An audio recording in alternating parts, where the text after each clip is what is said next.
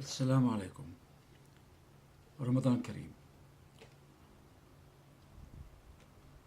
Today we are going to speak about the ayahs and the verses in the Quran that talks about fasting during the month of Ramadan. I posted the first message about fasting in my Facebook homepage. On my, I'm going to leave you the link for my homepage at Facebook in the description box if you like, to go and read that first message about fasting during the month of Ramadan. And if you like, you can follow my work, there, as long as the social media allows me to keep posting, because they are fighting me. They have a war against me. They are not allowing me to post, freely in different groups for some reason. They have a war against me. Alright, so like I said, I posted a message about Ayah, Surah 2, Ayah 183, and the order that Allah said it's an obligation for you to fast. It's a written obligation, as it was for those before you, and the target, and we aim to achieve the level of taqwa. And I explained what is taqwa in brief, in few words, but will give you a complete idea what taqwa is, or some of its description, definition. Today I'm going to move on and go to the next ayah about fasting, which is ayah 184 in Surah 2. So let's start reflecting over those words. Let's start by reading first and translation and then the message. أعوذ بالله من الشيطان الرجيم بسم الله الرحمن الرحيم أياما معدودات فمن كان منكم مريضا أو على سفر فعدة من أيام أخر وعلى الذين يطيقونه فدية طعام مسكين فمن تطوع خيرا فهو خير له وأن تصوموا خير لكم إن كنتم تعلمون. Let's go for the translation first. After Ayah 183 that Allah say it is a written obligation for the Muslims, for the mu'min, to fast, now Allah is saying that this fasting, the duration of it will last for few accounted for days, 1 month, sometimes 30 days, other times 29 days, depending on the sighting of the crescent, half a moon. Let's go about those words one step at a time and try to understand the message.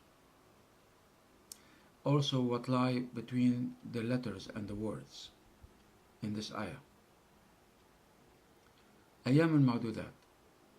When Allah say few accounted for days, this means that Allah is not obligating us to fast all of our lives, every single day,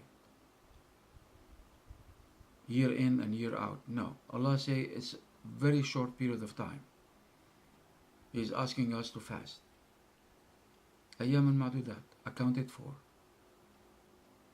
numbered, to tell us that it's not such a burden, not such a pressure for those who wish to fast. They can do it. It's simple. And then Allah say, فَمَنْ كَانَ مِنْكُمْ مَرِيضًا أَوْ عَلَى سَفَرٍ فَعِدَّةٌ مِنْ أَيَّامٍ أُخَرٍ. But for those who are so ill, they cannot tolerate fasting, or they have to take medicine during the day, and their illness does not last that long, then they can break fasting for those few days during illness and then resume or make up what they missed in Ramadan some other days during the year. They left 11 months. Or those of you who are traveling. Now, in the past, when people get ill, this illness, lasts for a very, very lengthy period of time. But today, with medicine, we find out that our illness time is shortened, is less than it used to be a long time back. Also, our travel. Back then, 1439 years back, during the time of Rasulullah alayhi salatu wasalam, Muhammad, in the Arabian Peninsula, the Arabs used to travel on foot, taking the camel by the hand with a rope, carrying their luggage and their food and their supplies on the camel, and they walk on the hot sand, under hot sun, for many days and maybe a month or more to go from one point to another point. In comparison, today, with advanced technology, you travel from the US to China in one day, in few hours, if you may.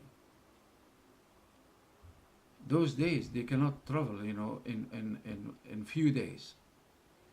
To travel between the Arabian Peninsula and China may take a year because they are going on foot. So we cannot compare our traveling today to the traveling done those days back then. We travel with comfortable airplanes, comfortable seats, AC, wonderful conditions, extremely wonderful conditions. And in hours, in one day you can cover the planet. Not like those days that they had such hardship to travel from one point to another point, between one city and another city. Those days are not the same like today. فعدة من أيام أخر, so you can make up during the rest of the year the number of days that you broke your fasting. وعلى الذين يطيقونه فدية طعام مسكين. But for those who cannot fast, they have to feed, for every day they have to feed a needy soul, a poor soul, who cannot afford to put bread on the table.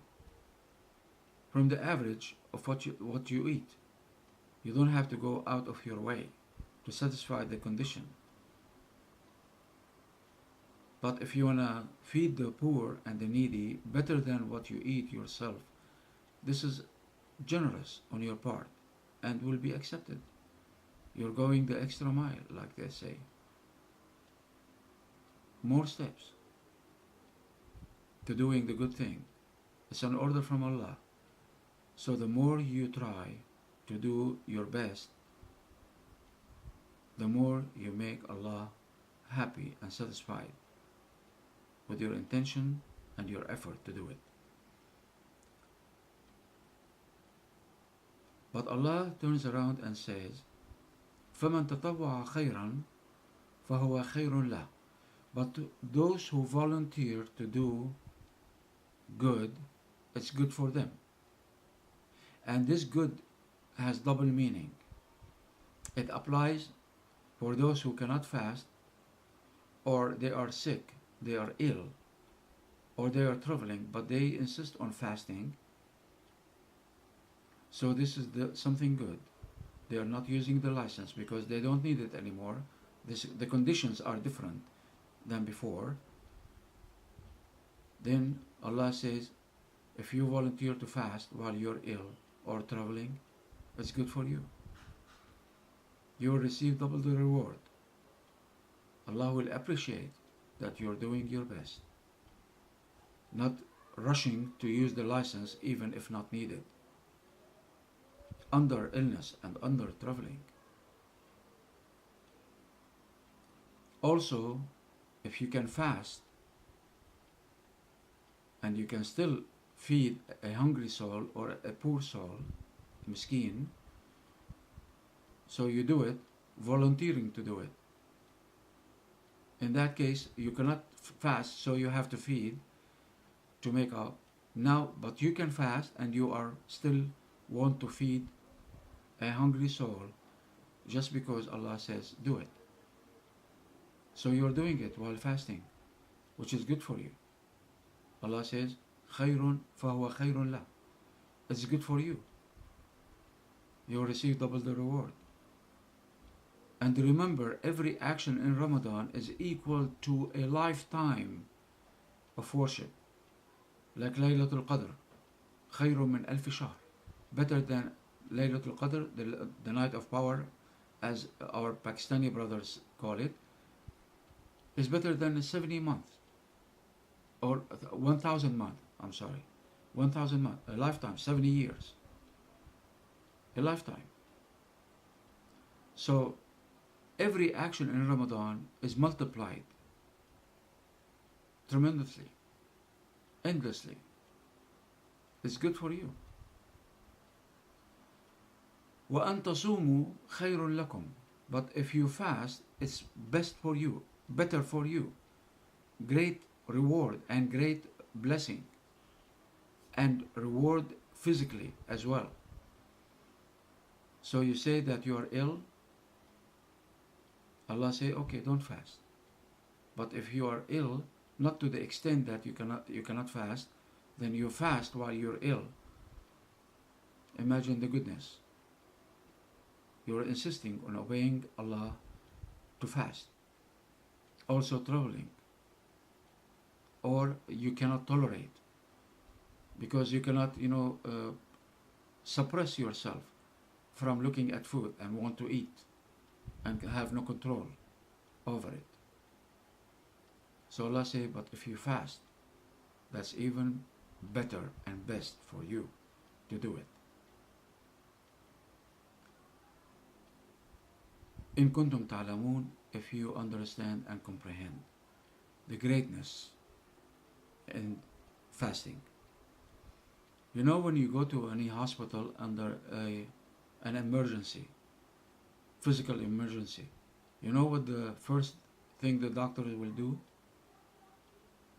They put a needle in your hand and they start feeding you with a glucose tube, through a tube and a bottle, but nothing to enter the mouth, no drinking, no eating. And they put you sometimes for a lengthy period of time. One time I went to the hospital and 10 days, I have this tube feeding me and no food and no drinking, nothing to enter through the mouth. My lips cracked, my tongue was so dry, about to fall.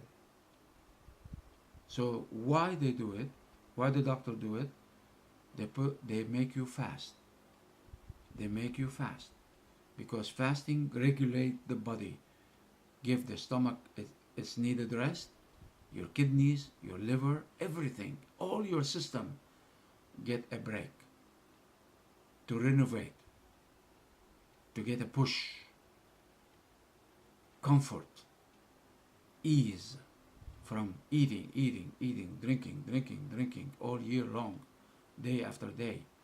So 1 month a year, your body is resting. Less consumption that hurts. Sugar comes from eating in the blood. So many diseases come from eating. Fat comes from eating. So much. You're giving your body a break during fasting, which is good for the body. Now the doctors, after they put you many days fasting, now the body can respond better to any medication and treatment. Like I said, I'm gonna leave you my Facebook homepage link in the description box under the video if you like to visit and look at my work there. You can also click on my name under the video and go to my YouTube channel and see the videos I recorded. And they are in numbers, no doubt about it. Till we meet next time, Ramadan Kareem. May Allah accept from all of us during this blessed month of Ramadan. Assalamu alaikum wa rahmatullahi wa barakatuh. Fi amanillah.